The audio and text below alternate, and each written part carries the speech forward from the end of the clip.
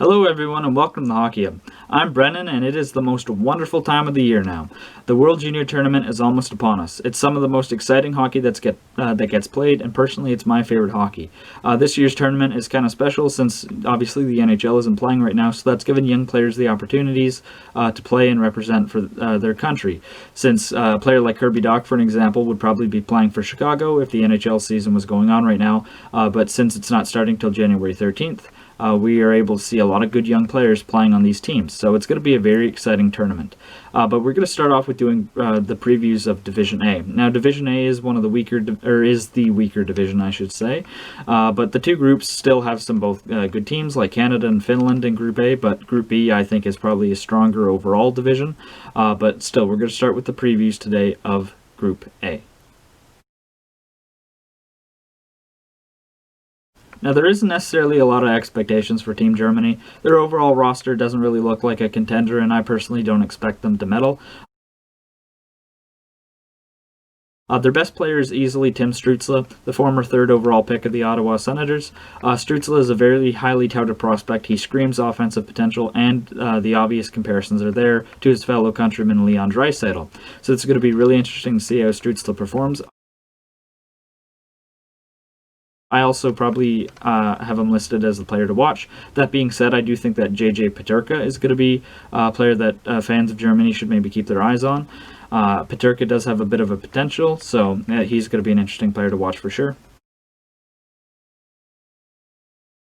I think the question that I would have for Germany is probably just how well is Stützle going to perform? Is he really going to have an amazing tournament and really start getting the hype train going for him? And maybe that might help him push his way into a roster spot for the Ottawa Senators this upcoming season. So there's not a lot of expectations for Germany, and when you look at the roster, it's easy to tell why. Team Switzerland is another team that doesn't really have a lot of expectations on them. They have produced some really good young hockey players of late with the likes of Nico Hischier. But their best player for this tournament is probably Simon Knack. Obviously not really a big name. A lot of hockey fans probably don't know him, and I had to do a bit of research about him as well because I wasn't familiar with the name either. So he would probably be their best player. A player to watch, I would probably have Lorenzo Kanaka. I believe that he's eligible for this upcoming draft, so Kanaka might be able to make a little bit of a name for himself. He is one of Switzerland's better players, and it's going to be interesting to see if he can actually help Switzerland compete in what is a bit of a weaker division aside from the top two teams. Now, the question I have for Switzerland isn't so much of how their actual roster and team is going to perform, but if they're going to continue to produce good young players like Nico Hischier. Switzerland kind of looks to be an up-and-coming hockey country, and I hope that they're able to keep developing those hockey programs and developing those young players so that we can see more of a Swiss kind of input in the NHL and kind of makes the NHL a bit more diverse. And now we have Team Slovakia. Now, Team Slovakia isn't necessarily going to be a bottom feeder team when it comes to this group. So I would expect Slovakia to maybe be probably third in final standings for this division. But I'd say that as far as their best players go, I would have Martin Kormiak and Samuel Canazo. And by the way, if I'm butchering any of these pronunciations, my bad. Some of these names are kind of hard to pronounce, being European and everything, so I'm trying my best with that. But so those two players, I think, is probably the team's best players, and if they're able to perform, they could definitely take away some points. As a player to watch, I would also have Simon Nemec. Now, the question I have for Slovakia is, are they going to be able to feast on the bottom two teams in Germany and Switzerland? I do think that Slovakia is probably better than those two teams, and if they're able to kind of have their way with those two teams, then Slovakia could actually be a bit of a dark horse to maybe actually win a game and move further up the tournament. But I don't think there's a lot of expectations for Slovakia either, but I do think that they are probably the third best team in this group. And moving on to Team Finland. Team Finland is one of the more interesting teams to me. I could definitely see them ending up earning a medal, whether that be bronze, gold, or silver, and when you look at their best players, it's easy to see why. Antoine Lundell and Ville Heinola are going to be a very good 1-2 punch at forward and defense for Finland. Heinola, to me, is one of the best defensive prospects in the NHL. I think Winnipeg Jets fans are going to be really enamored with his play, and I could definitely see him pushing for a roster spot for the Jets this upcoming season.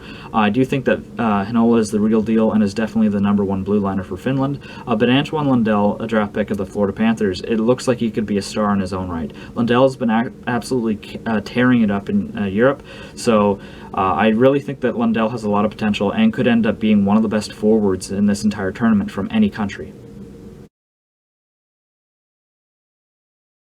Now, for a player to watch, I have Brad Lambert. Now, Brad Lambert is an up-and-coming prospect for, I believe, next year's draft, and he just oozes potential. He projects as probably being a star when he reaches the NHL, and he could definitely be a difference maker for Finland. Lambert is a very talented young forward and is definitely going to be a very, very high draft pick. The question I have for Finland is actually when it comes to their goaltending, but not necessarily a weakness in goaltending, but how well will Joel Blomqvist perform? Blomqvist was a draft pick of the Pittsburgh Penguins in the second round, actually the draft pick they got from the Ottawa Senators in the Matt Murray trade. So if he's able to have a really good tournament, I could definitely see Finland actually being a serious threat to win gold.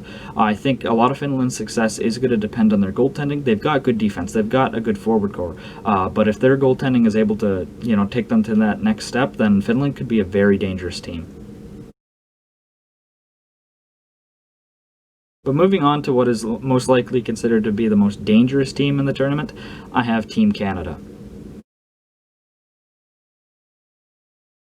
Now, Team Canada's best players, I would say, are Kirby Dach, Bowen Byram, and Dylan Cozens.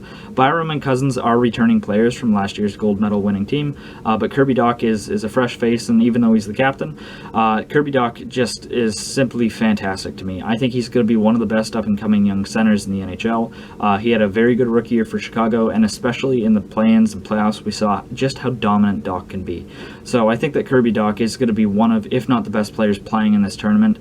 By all means, he should be absolutely fantastic and should be Canada's best player. Now, I actually have a few players to watch here for Team Canada. I have Connor McMichael. Now, McMichael was a very big impact player for Canada in the 2020 World Junior Championships. McMichael is a very talented offensive player and is really looking like a steal for the Washington Capitals. McMichael could be a guy that ends up fighting for a roster spot for Washington this upcoming season, and if he has a really good tournament, then that could definitely lead some credence to that possibly happening. I also have Quinton Byfield. Now, Quinton Byfield really didn't perform that well in last year's tournament. That being said, he was a 17-year-old, and he wasn't as physically mature as some of the other guys on the team. He didn't get that much of an opportunity, but he also didn't take any opportunity he was given either.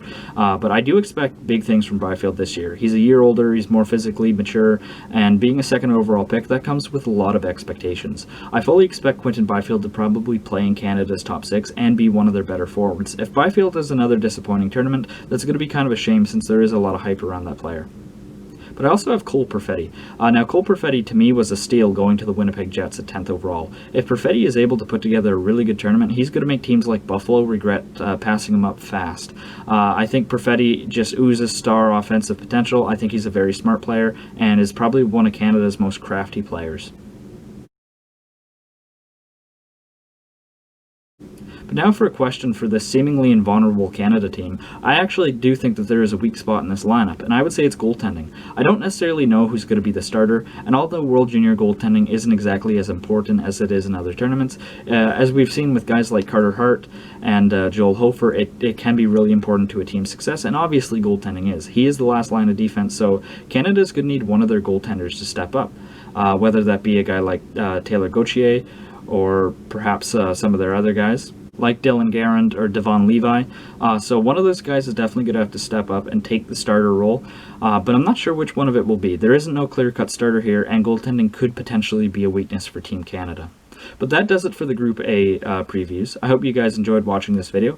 The Group B previews will be coming out tomorrow. We'll be looking at the US, Russia, Sweden, all those teams. I'm really excited for the World Junior Tournament, and I hope you guys are as well. But that does it for today's video. I will see you guys later. Bye for now.